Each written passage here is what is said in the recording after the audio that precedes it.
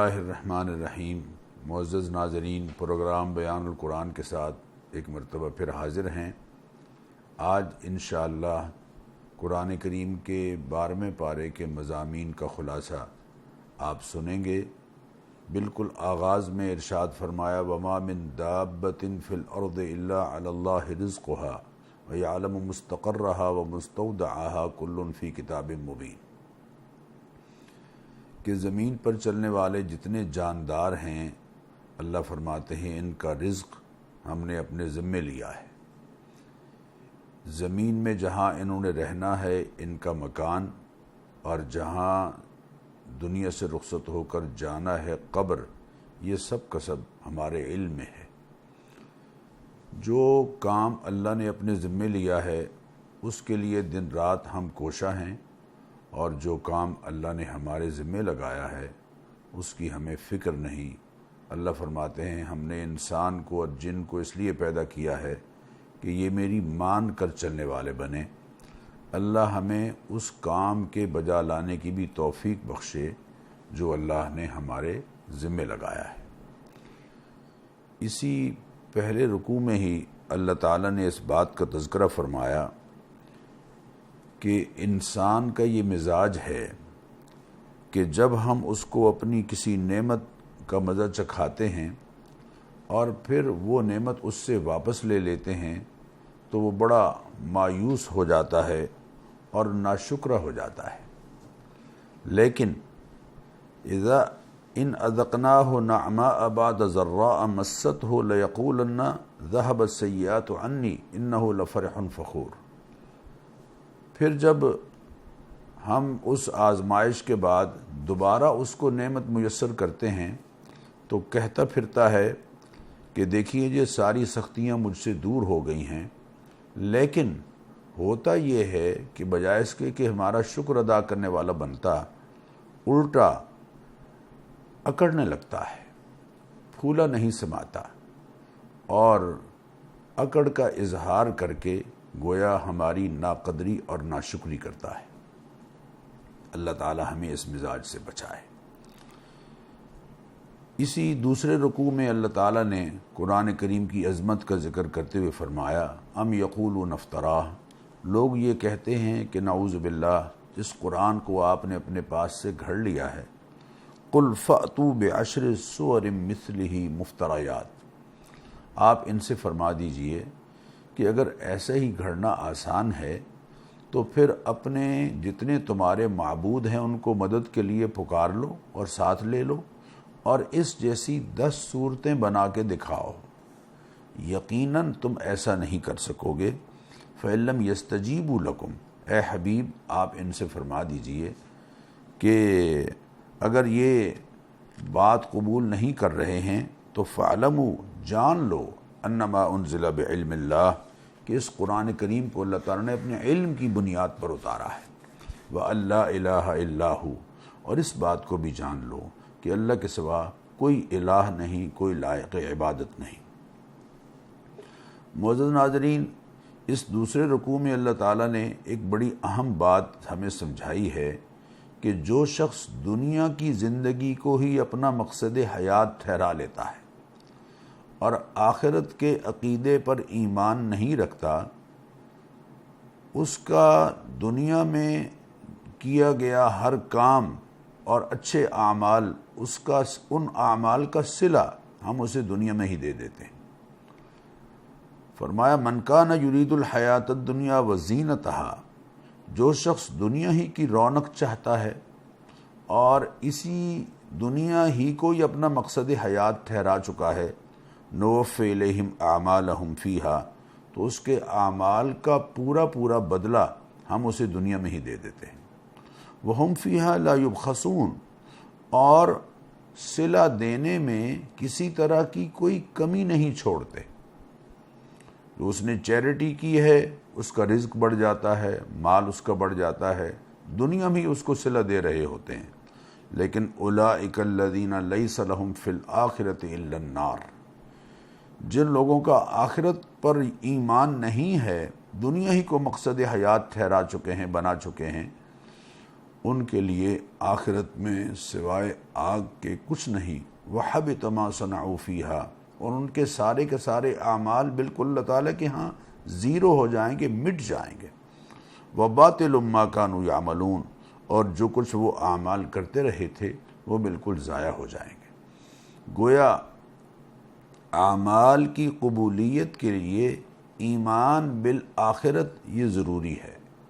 ایمان باللہ، ایمان بالرسالت، یعنی ایمان جب تک نہیں ہوگا اعمال اللہ تعالیٰ کے ہاں قدر و منزلت حاصل نہیں کر پائیں گے۔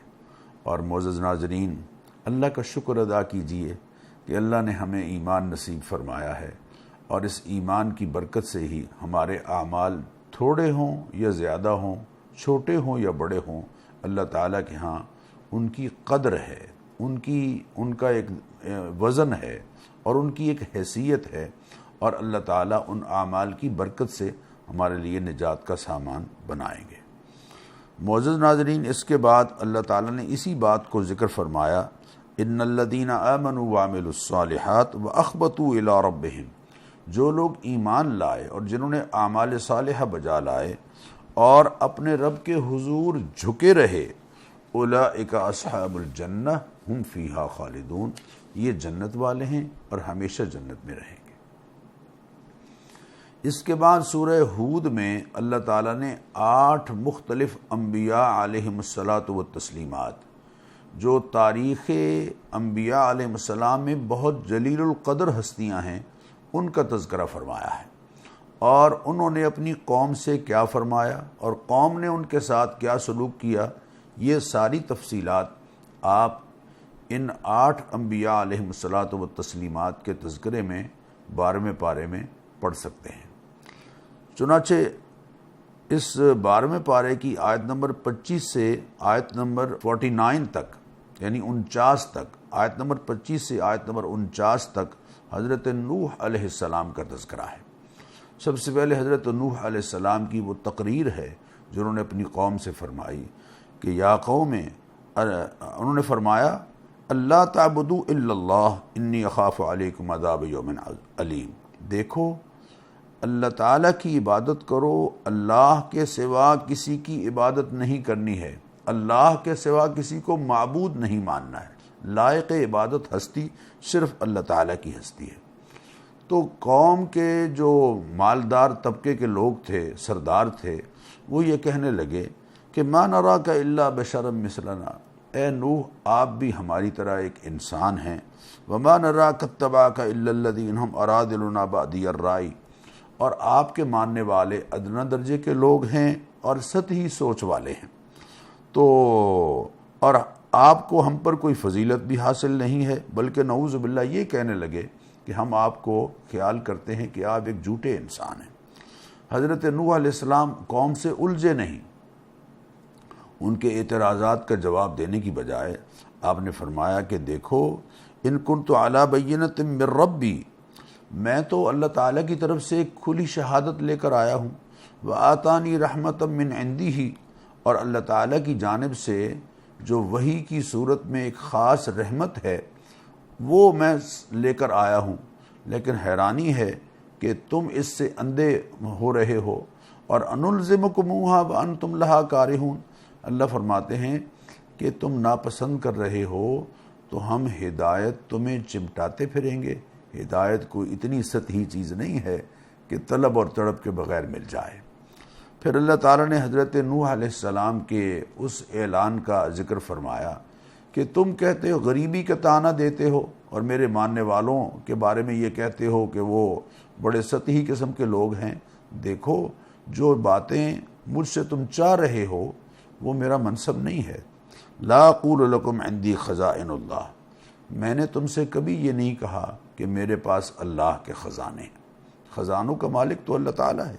ولا عالم الغیب، اور میں یہ بھی نہیں کہتا کہ میں غیب جانتا ہوں، چونکہ بغیر کسی کے بتلائے کہ جاننے والی ذات اللہ تعالیٰ کی ذات ہے۔ ولا اقول للذین تزدری اعینکم لن یؤتیہم اللہ خیرا، اور میں یہ بھی نہیں کہتا کہ جن کو تم حقیر سمجھتے ہو وہ ان کو اللہ تعالیٰ بھلائی نہیں دے گا، تمہاری چاہتوں پر فیصلے نہیں ہوں گے، فیصلے اللہ تعالیٰ کی قدرت پر ہوں گے۔ جب قوم باز نہ آئی تو اللہ تعالیٰ نے حضرت نوح علیہ السلام سے فرمایا کہ آپ ہماری نگرانی میں کشتی تیار کیجئے، اور انہوں نے پھر کشتی بنائی، اور پھر وہ اللہ تعالیٰ نے حکم دیا، پانی کو ہر طرف سے پانی آ گیا اور سیلاب آ گیا، اور بیٹا جو غرق ہو رہا تھا اس کو حضرت نوح علیہ السلام نے فرمایا کہ ہمارے ساتھ آ جاؤ۔ اس نے کہا پہاڑ مجھے بچا لے گا۔ اللہ تعالیٰ کی طرف سے حضرت نوح علیہ السلام نے فرمایا کہ لا عاصم اليوم من امر اللہ الا من رحم، آج تو وہی بچے گا جس پر اللہ تعالیٰ کا رحم ہوگا۔ بیٹا اپنی آنکھوں کے سامنے جب غرق ہوا تو حضرت نوح علیہ السلام اللہ تعالیٰ سے عرض کرنے لگے کہ یا اللہ ان ابنی من اہلی، میرا بیٹا میرے اہل میں سے ہے، وَإِنَّ وَعْدَكَ الْحَقِّ، اور آپ کا وعدہ سچا ہے کہ آپ کے خاندان کو میں بچا لوں گا۔ تو اللہ تعالیٰ نے ارشاد فرمایا کہ اے نوح، یہ جو آپ کا بیٹا ہے نسباً تو آپ کا بیٹا ہے، لیکن نظریے اور عقیدے اور آئیڈیالوجی کے حوالے سے اس نے ایک دوسری راہ اختیار کی ہے، اس لیے یہ آپ کے اہل میں سے نہیں۔ حضرت نوح علیہ السلام نے اللہ تعالیٰ سے معذرت کی کہ یا اللہ میں نے ایک ایسی بات کہہ دی ہے جو مجھے نہیں کہنی چاہیے تھی۔ یہ ساری بات آپ یہاں انشاءاللہ العزیز اس سورہ ہود میں پڑھیں گے۔ آخر میں حضرت نوح علیہ السلام کے قصے کے آخر میں اللہ تعالیٰ نے فرمایا تلک من انباء الغیب نوحیہا الیک، یہ غیب کی خبریں ہیں جو وحی کے ذریعے سے ہم نے آپ تک پہنچائی ہیں۔ ما کنت تعلمها انت ولا قومک من قبل ھذا، نہ آپ اس سے پہلے اس قصے کی ساری تفصیلات کو جانتے تھے اور نہ آپ کی قوم ان احوال سے باخبر تھی۔ فاصبر ان العاقبۃ للمتقین، آپ ثابت قدم رہیے، صبر و حوصلے اور استقامت سے کام لیجئے، انجام بہرحال متقی لوگوں کے حق میں ہے۔ اس کے بعد پھر آگے نئے رکوع میں حضرت ہود علیہ السلام کا تذکرہ ہے، جس کی وجہ سے اس پوری سورت کا نام ہی سورہ ہود رکھ دیا گیا ہے۔ یہ تذکرہ آپ سورہ ہود کی آیت نمبر 51 سے 60 تک آپ پڑھیں گے، 60 تک پڑھیں گے۔ بالکل شروع میں ہی حضرت ہود علیہ السلام کی تقریر ہے۔ انہوں نے اپنی قوم سے فرمایا یا قوم اعبدوا اللہ ما لکم من الہ غیرہ، اے میری قوم اللہ کی عبادت کرو، اس کے سوا تمہارا کوئی الہ نہیں ہے۔ معزز ناظرین، تمام انبیاء علیہ السلام کی دعوت میں یہ مشترکہ بات رہی ہے کہ انہوں نے اللہ کی وحدانیت کی دعوت دی کہ اللہ کے سوا کوئی الہ نہیں، کوئی تمہاری مشکلیں حل کرنے والا نہیں، تمہیں مصائب سے نجات دینے والا نہیں۔ ہر نبی نے اپنی تقریر میں سب سے پہلی بات جو اپنی قوم کو بطور خطاب ارشاد فرمائی ہے اور سنائی ہے اللہ کے پیغام کے طور پر، وہ یہ ہے کہ یا قوم اعبدوا اللہ ما لکم من الہ غیرہ، اے میری قوم اللہ کی عبادت کرو، اس کے سوا تمہارا کوئی معبود نہیں۔ ان انتم الا مفترون، تم اپنے شرک کے ذریعے سے اللہ کی ذات عالی پر جھوٹ گھڑنے والے ہو۔ یا قوم، اے میری قوم، میں تم سے کسی طرح کا کوئی اجر اور کسی طرح کا کوئی صلہ نہیں مانگتا، افلا تعقلون، سمجھ سے کام لو۔ اور یا قوم، اے میری قوم، استغفروا ربکم، اپنے گناہوں پر اپنے رب سے بخشش طلب کرو، اس کی طرف پلٹو اور توبہ کرو، جس کا نتیجہ یہ ہوگا، یعنی استغفار کے اور توبہ کے فائدے یہ ہوں گے کہ یرسل السماء علیکم مدرارا، آسمان سے تم پر موسلادھار بارشیں برسیں گی، وَيَزِدْكُمْ قُوَّةً إِلَىٰ قُوَّتِكُمْ، اور تمہاری موجودہ قوت کو بھی اللہ تعالیٰ بڑھائیں گے اور مزید قوت اور طاقت اللہ تعالیٰ تمہیں نصیب فرمائیں گے۔ یہ توبہ اور استغفار کے فوائد ہیں جو اللہ تعالیٰ اپنے نبی علیہ السلام کی زبان مبارک سے ہمیں بتا رہے ہیں۔ لیکن قوم بڑی ظالم تھی، انہوں نے حضرت نوح علیہ السلام کا، حضرت ہود علیہ السلام کا انکار کیا اور یہ کہنے لگے نعوذ باللہ کہ ان نقول الا تراک بعض آلہتنا بسوء، ہمارے الہوں میں سے کسی نے آپ کو کسی خرابی میں ڈال دیا ہے۔ نعوذ باللہ، کسی یعنی ہمارے جو معبود ہیں، نعوذ باللہ ثم نعوذ باللہ، ان کی مار پڑی ہے آپ کو، استغفر اللہ۔ قال انی اشہد اللہ، حضرت ہود علیہ السلام نے ان کی بات سن کر فرمایا کہ دیکھو گواہ رہنا، میں اللہ کو گواہ بنا رہا ہوں، واشہدوا، اور تم بھی گواہ رہنا، انی بریء مما تشرکون، میں بیزار ہوں ان سے جن کو تم شریک بناتے ہو۔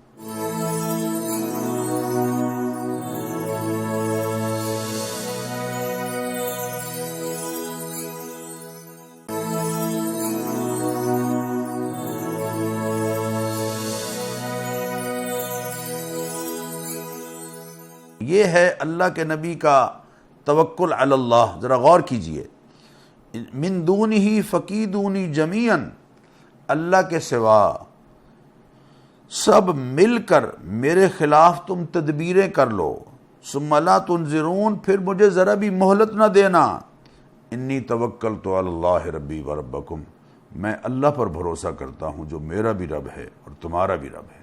یعنی سارے مل کر ایڑی چوٹی کا زور لگا لو، تم میرا کچھ نہیں بگاڑ سکتے جب تک میرا اللہ میرے ساتھ ہے۔ ما من دابۃ الا هو آخذ بناصیتها، ہر جاندار کی پیشانی کے بال اس کے قبضے میں ہیں، یعنی ہر جاندار اس کے قبضے میں ہے۔ یہ حضرت ہود علیہ السلام کی تقریر ہے۔ چنانچہ جب قوم نے نہیں مانا تو حضرت ہود علیہ السلام کو اور ان کے ساتھ جو ایمان لانے والے تھے، اللہ فرماتے ہیں ہم نے اپنی رحمت سے ان کو بچا لیا اور ان کی قوم پر ہم نے سخت سزا کے طور پر عذاب مسلط کر دیا۔ معزز ناظرین، حضرت ہود علیہ السلام کی قوم کا واقعہ بیان کرنے کے بعد اللہ تعالی حضرت صالح علیہ السلام کی قوم کا ذکر فرما رہے ہیں۔ آیت نمبر 61 سے آیت نمبر 68 تک، یعنی 68 تک آپ حضرت صالح علیہ السلام کا واقعہ پڑھیں گے۔ قوم سمود کی طرف حضرت صالح علیہ السلام تشریف لائے، ان کی تقریر کا آغاز بھی بالکل اسی سے ہو رہا ہے۔ یا قوم اعبدوا اللہ ما لکم من الہ غیرہ، اے میری قوم اللہ کی عبادت کرو، اس کے سوا تمہارا کوئی الہ نہیں، اسی نے تمہیں زمین میں آباد کیا ہے، واستعمرکم، اسی نے پیدا کیا ہے، اسی نے آباد کیا ہے، لہذا فاستغفروہ، اپنے گناہوں کی معافی مانگو، ثم توبوا الیہ، اسی کی طرف پلٹو، میرا رب بہت قریب ہے اور بڑا دعائیں قبول کرنے والا ہے۔ قوم صالح حضرت صالح علیہ السلام سے کہنے لگی کہ آپ سے تو ہمیں بڑی امیدیں وابستہ تھیں، لیکن آپ نے ایک نئی بات جو ہے وہ بالکل ڈال دی ہے، اور جو ہمارے باپ دادا جن کی عبادت کرتے تھے ان کی ہی مخالفت شروع کر دی ہے۔ تو حضرت صالح علیہ السلام الجھے نہیں، بلکہ نئی بات ان کے سامنے رکھی کہ دیکھو میں ایک واضح شہادت لے کر آیا ہوں اور اپنے پروردگار کی جانب سے خاص رحمت سے نوازا گیا ہوں، یعنی منصب نبوت مجھے اللہ تعالیٰ نے عطا فرمایا۔ قوم نے نہیں مانا، اور جو اللہ نے بطور معجزہ اونٹنی اس قوم کو دی تھی اس کو انہوں نے اس کے پاؤں کاٹ دیے، نتیجتاً اللہ تعالیٰ کے عذاب کا شکار ہوئی۔ اور اللہ فرماتے ہیں کہ وَأَخَذَ الَّذِينَ ظَلَمُوا الصَّيْحَةُ، ایک زبردست دھماکے نے ان ظالموں کو پکڑا اور اپنے گھروں میں بے حس و حرکت بالکل برباد ہو کے رہ گئے، سارے کے سارے ہلاک ہو کے رہ گئے۔ اس کے بعد حضرت ابراہیم علیہ السلام کا تذکرہ ہے۔ آیت نمبر 69 سے 76 تک آپ حضرت ابراہیم علیہ السلام کا تذکرہ پڑھیں گے کہ حضرت ابراہیم علیہ السلام کے پاس فرشتے آئے، انہوں نے سمجھا کہ انسان ہیں، فوراً پہلے تو السلام علیکم کہا اور پھر ایک بھنا ہوا بچھڑا ان کے سامنے لا کے رکھا، یعنی بھنا ہوا روسٹڈ گوشت ان کے سامنے لا کے رکھا۔ معلوم ہوا مہمان جب آئیں تو ان کا اکرام کرنا یہ انبیاء علیہ الصلوۃ والتسلیمات کی سنت ہے۔ حضرت ابراہیم علیہ السلام نے دیکھا کہ یہ مہمان جو آئے ہیں یہ ہاتھ کھانے کی طرف نہیں بڑھا رہے۔ اس زمانے میں لوگ نمک حرام نہیں تھے کہ نمک کسی کا کھا کے پھر اسی کی ہی جڑیں کاٹنے لگ جائیں۔ تو حضرت ابراہیم علیہ السلام نے سمجھا کہ یہ کوئی دشمن ہے جو ہمارا نمک گھر کا نہیں کھا رہے۔ انہوں نے پھر ان سے پوچھا، معلوم ہوا کہ یہ تو اللہ کے فرشتے ہیں۔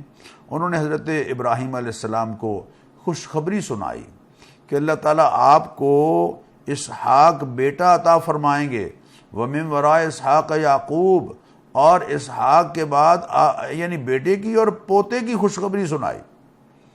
تو حضرت ابراہیم علیہ السلام کی اہلیہ کہنے لگیں کہ ہمارے ہاں اولاد کیسے ہو سکتی ہے؟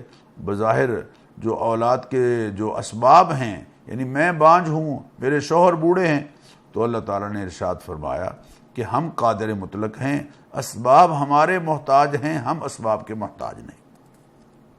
پھر حضرت لوط علیہ السلام کا ذکر آپ پڑھیں گے، آیت نمبر 77 سے آیت نمبر 83 تک قوم لوط نے نعوذ باللہ ثم نعوذ باللہ ایسا عمل اختیار کیا ہومو سیکسولیٹی کا، ہم جنس پرستی کا، جس کی انسانوں کی تاریخ میں پہلے کوئی مثال نہیں ملتی۔ قوم لوط حضرت لوط علیہ السلام کے بار بار کہنے سے اور بار بار ان کو تلقین کرنے سے کہ اس حرکت سے باز آؤ، میرے مہمانوں کے سامنے مجھے شرمندہ نہ کرو، باز نہیں آئی قوم۔ حضرت لوط علیہ السلام سے فرمایا گیا کہ آپ چلیں، باہر نکل جائیں یہاں سے۔ جب باہر نکلے تو جعلنا عالیہا سافلہا، ہم نے اس بستی کو تلپٹ کر کے رکھ دیا، وامطرنا علیہا حجارۃ من سجیل، اور ان پر پتھر برسائے مسلسل۔ یہ اللہ تعالیٰ کی طرف سے اس قوم پر ایک عذاب نازل ہوا۔ پھر حضرت شعیب علیہ السلام کا تذکرہ آپ سنیں گے، آیت نمبر 84 سے آیت نمبر 95 تک۔ وَإِلَىٰ مَدْيَنَ أَخَاهُمْ شُعَيْبًا، قوم مدین کی طرف حضرت شعیب علیہ السلام نبی بن کر آئے۔ قال یا قوم اعبدوا اللہ، انہوں نے بالکل وہی الفاظ کہے جو ہر نبی نے کہے، اے میری قوم اللہ کی عبادت کرو، اس کے سوا کوئی الہ نہیں، اور دیکھو ناپ تول میں کمی نہ کرو، لوگوں کو چیزیں کم کر کے مت دو۔ قوم شعیب کہنے لگی، اے شعیب آپ کا دین ہمیں اپنی مرضی کے مطابق جینے نہیں دیتا، جیسے چاہو جیو۔ یہ قوم شعیب کا نعرہ ہے، ہاں، میرا جسم میری مرضی، یہ قوم شعیب نے نعرہ دیا تھا حضرت شعیب علیہ السلام کو۔ اصلاتک تأمرک ان نترک ما یعبد آباؤنا او ان نفعل فی اموالنا ما نشاء، اے شعیب آپ چاہتے ہیں کہ ہم اپنے باپ داداؤں سے چلی جو معاشرت ہے، لائف سٹائل ہے، اس کو چھوڑ دیں، اور مالوں میں جو چاہیں جہاں سے چاہیں کمائیں اور جہاں چاہیں خرچ کریں؟ آپ چاہتے ہیں یہ ساری چیز ہم چھوڑ دیں؟ حضرت شعیب علیہ السلام نے فرمایا کہ دیکھو مال بھی وہیں سے کمانا ہے جہاں اللہ اجازت دیتا ہے، اور خرچ بھی وہیں کرنا ہے جہاں اللہ اجازت دیتا ہے۔ یہی تعلیم تمام انبیاء علیہ الصلاۃ والتسلیمات لے کر آئے ہیں۔ حضرت شعیب علیہ السلام نے فرمایا کہ دیکھو میں یہ نہیں ہو سکتا کہ جس کام سے میں خود تمہیں روکوں وہ کرنے لگ جاؤں۔ انبیاء علیہ السلام کی سنت یہی ہے کہ جس کام سے وہ روکتے تھے یقیناً وہ خود نہیں کرتے تھے۔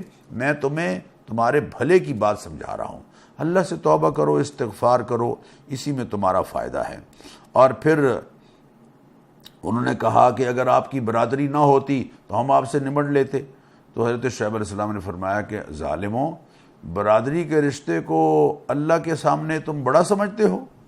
پھر اس کے بعد حضرت موسیٰ علیہ السلام کا ذکر ہے، آیت نمبر 96 سے آیت نمبر 101 تک۔ حضرت موسیٰ علیہ السلام نے کس طرح فرعون کو اور اس کے ساتھیوں کو سمجھایا، لیکن وہ باز نہیں آئے۔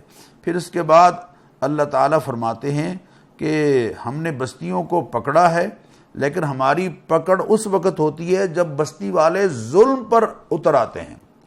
وَكَذَلِكَ أَخْذُ رَبِّكَ إِذَا أَخَذَ الْقُرَىٰ وَهِيَ ظَالِمَةٌ، بستیاں جب ظلم پر اتر آتی ہیں، ملک جب ظلم پر اتر آتے ہیں تو پھر اللہ تعالیٰ کی طرف سے ان پر پکڑ آتی ہے۔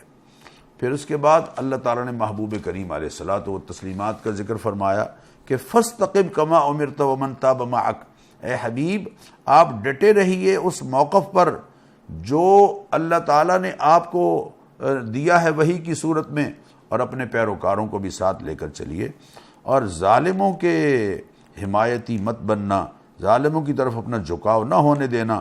فَتَمَسَّكُمُ النَّارُ، ورنہ تمہیں آگ چھوئے گی۔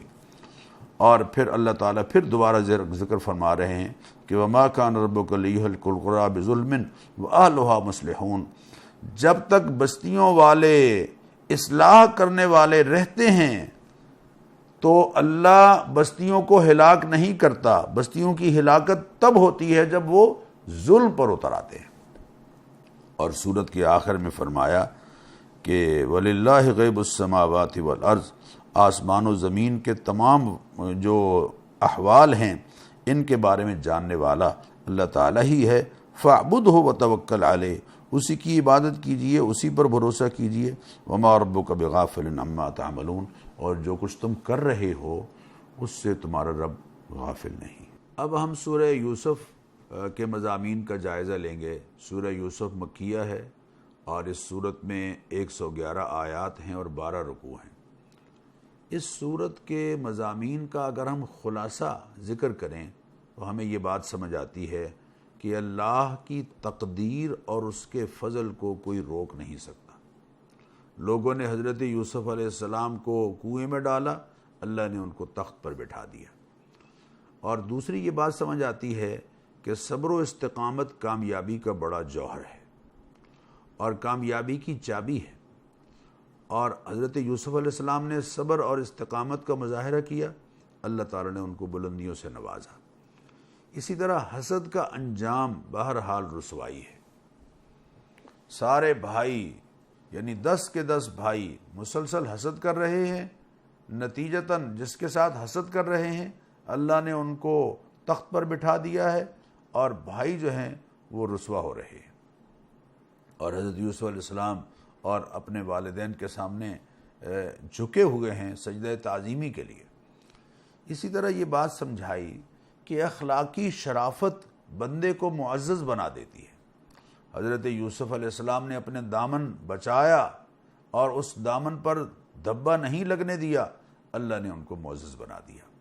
بالکل آغاز سورت کا اس بات سے ہو رہا ہے کہ اے حبیب صلی اللہ علیہ وسلم، اس قرآن کریم کے ذریعے سے ہم آپ کو ایک ایسا واقعہ سنانا چاہتے ہیں اور بتانا چاہتے ہیں جو بہت عمدہ ہے۔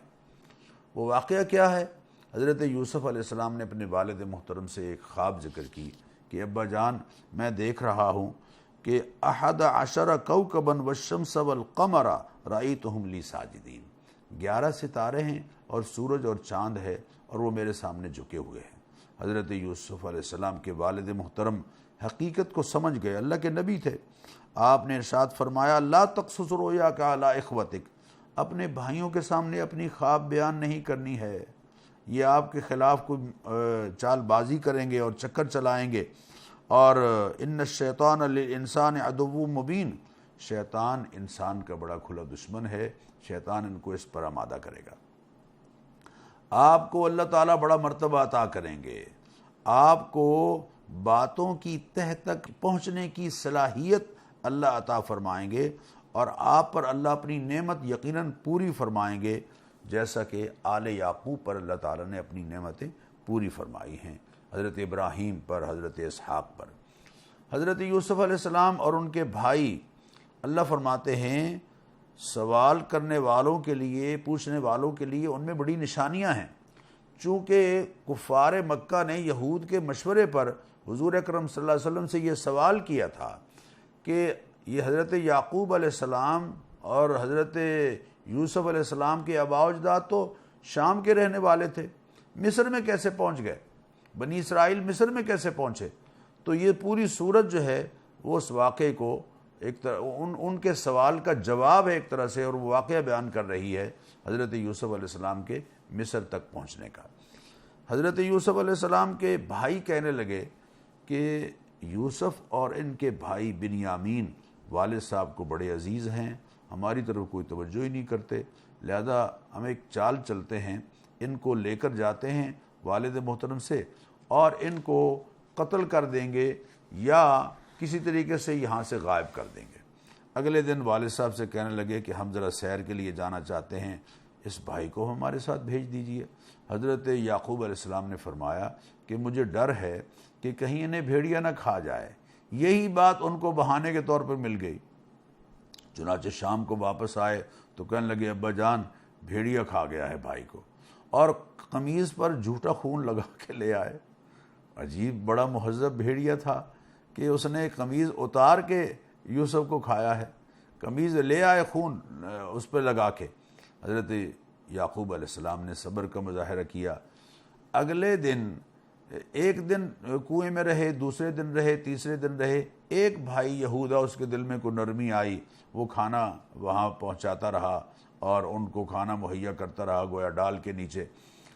اور تیسرے دن وہاں مصر سے یمن کی طرف مدین کی طرف جانے والے ایک قافلے نے وہاں کنویں سے پانی نکالنا چاہا، تو اس ڈول میں حضرت یوسف علیہ السلام چونکہ چھوٹے تھے باہر آئے، تو ڈول نکالنے والے نے اعلان بڑا کہا کہ یا بشرا ھذا غلام، بھئی یہ تو بڑا خوبصورت بچہ ہے۔ اور پھر قافلے والوں سے چھپا کے اس نے بیچنا چاہا، بھائی آ گئے کہ جی ہمارا بھاگا ہوا غلام ہے، ہمیں واپس کرو، لیکن انہوں نے کہا کہ نہیں ایسا تو نہیں ہوگا۔ تو بڑے سستے داموں، یعنی مفسرین نے لکھا ہے کہ 18 درہموں میں بھائیوں نے بیچ دیا، 2 درہم آپس میں تقسیم کر لیے، یہودا نے پیسے نہیں لیے۔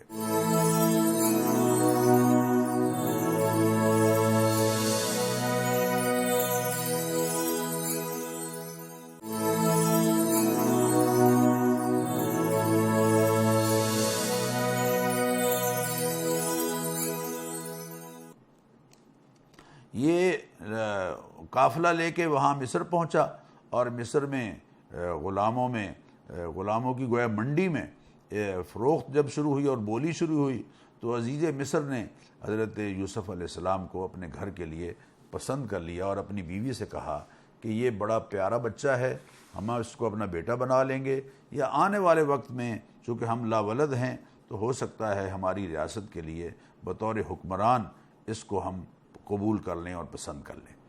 لیکن جب پروان چڑھے حضرت یوسف علیہ السلام، تو حسن یوسف تو ایک مثالی حسن تھا، اس حسن سے مغلوب ہو کر وہ خاتون فریفتہ اس طرح سے ہوئی کہ ان سے بدکرداری اور بدکاری کی خواہش کی۔ حضرت یوسف علیہ السلام اللہ تعالیٰ کے پاکیزہ نبی تھے، اور اللہ اپنے انبیاء علیہ الصلاۃ والتسلیمات کی عزت اور ناموس کی حفاظت کرتا ہے۔ تو آپ پیچھے ہٹے اور بھاگے اور دروازے کھلتے چلے گئے، جب پہنچے بالکل باہر نکلے تو عزیز مصر کو وہاں پایا۔ تو پھر حضرت یوسف علیہ السلام نے اپنی پاک دامنی کا اظہار اس طرح سے کیا کہ قمیض کے پلو سے پتہ چلتا ہے کہ یہ کس جانب سے پھٹا ہے۔ اگر تو پیچھے سے پھٹا ہے تو پھر میں سچا ہوں، وہ جھوٹی ہے، اور اگر آگے سے پھٹا ہے تو پھر وہ سچی ہے، میں جھوٹا ہوں۔ معلوم ہوا کہ دامن جو ہے وہ تو پیچھے سے پھٹا ہے، گویا وہ پیچھے سے کھینچ رہی تھی اپنی جانب۔ تو مصر کے وہ جو عزیز مصر تھے انہوں نے کہا کہ تمہاری بڑی زیادتی ہے، اللہ تعالیٰ سے استغفار کرو۔